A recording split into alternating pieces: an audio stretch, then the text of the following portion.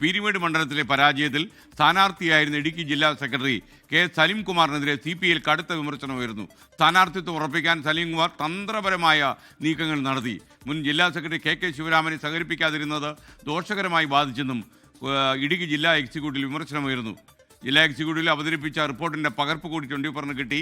രാഹുൽ വിജയൻ ഈ പകർപ്പിൻ്റെ വിശദാംശം നൽകാൻ നമുക്കൊപ്പം ചേരുന്നു. ഇടുക്കിയിൽ നിന്ന് രാഹുൽ വിജയൻ, എല്ലാ ആൾക്കാരും സ്ഥാനാർത്ഥിയാകാൻ തന്ത്രങ്ങൾ പയറ്റി കാണുമല്ലോ, ഇടുക്കിയിൽ മാത്രം അതിന് വ്യത്യാസം ഉണ്ടാവൂ.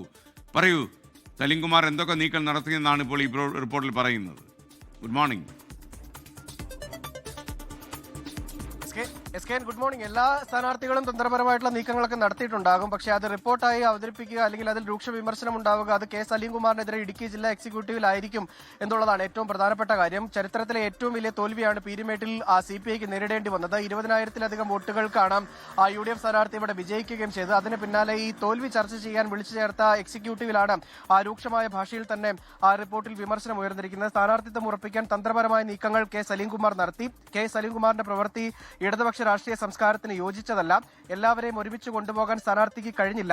ആവശ്യമായ രാഷ്ട്രീയ പക്വതയോ സംഘടനാ സമീപനമോ സ്ഥാനാർത്ഥിയുടെ ഭാഗത്തു നിന്നുണ്ടായില്ല എന്ന തരത്തിലുള്ള രൂക്ഷമായിട്ടുള്ള വിമർശനമാണ് പറയുന്നത്. മാത്രമല്ല കെ ശിവരാമനെ സഹകരിപ്പിക്കാതിരുന്നതും വലിയ വീഴ്ചയായി, അതിൽ തിരിച്ചടിക്ക് കാരണമായി എന്നുള്ളതാണ് ഈ റിപ്പോർട്ടിൽ പറയുകയും ചെയ്തിരുന്നത്. അതായത് ഈ കെ ശിവരാമൻ ഈ തെരഞ്ഞെടുപ്പിന് മുൻപ് തന്നെ ഒരു വിമത ശബ്ദം ഉയർത്തിയ ആളാണ്. അദ്ദേഹം പലതരത്തിലുള്ള വിമർശനങ്ങൾ ഫേസ്ബുക്ക് വഴി ഉൾപ്പെടെ ഉന്നയിക്കുകയും ചെയ്തതാണ്. അത് പലതരത്തിൽ ചർച്ചയാവുകയും അദ്ദേഹത്തിനെതിരെ പ്രാഥമിക നടപടി എന്ന തലത്തിലൊക്കെ നടപടി വരികയും ചെയ്തതാണ്. പിന്നീട് ഈ തെരഞ്ഞെടുപ്പ് ഘട്ടത്തിൽ ഈ നിയമസഭാ തെരഞ്ഞെടുപ്പ് വരുന്നതിന് തൊട്ട് മുമ്പ് സംസ്ഥാന സെക്രട്ടറി ബിനോയ് വിശ്വത്തിന്റെ നേതൃത്വത്തിൽ ഈ കെ സലീംകുമാറിനെയും കെ ശിവരാമനെയും ഒരുമിച്ച് ഇരുത്തി പ്രശ്നങ്ങൾ പരിഹരിക്കപ്പെടുത്താം എന്ന് വിചാരിക്കുകയും ചെയ്തു. പക്ഷേ ആ പ്രശ്നം അങ്ങനെ പരിഹരിക്കപ്പെട്ടിരുന്നില്ല.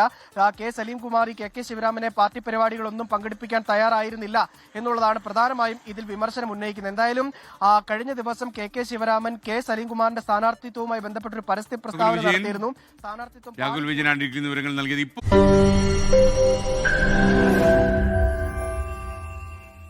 ലോകത്തെവിടെയായാലും ഏത് സമയത്തും 24 വാർത്തകളും ഓഗ്മെന്റഡ് റിയാലിറ്റി പാക്കേജുകളും എക്സ്പ്ലെയിനറുകളും വിശദമായി കാണാൻ ഞങ്ങളുടെ YouTube ചാനൽ നിങ്ങൾക്ക് സബ്സ്ക്രൈബ് ചെയ്യാം.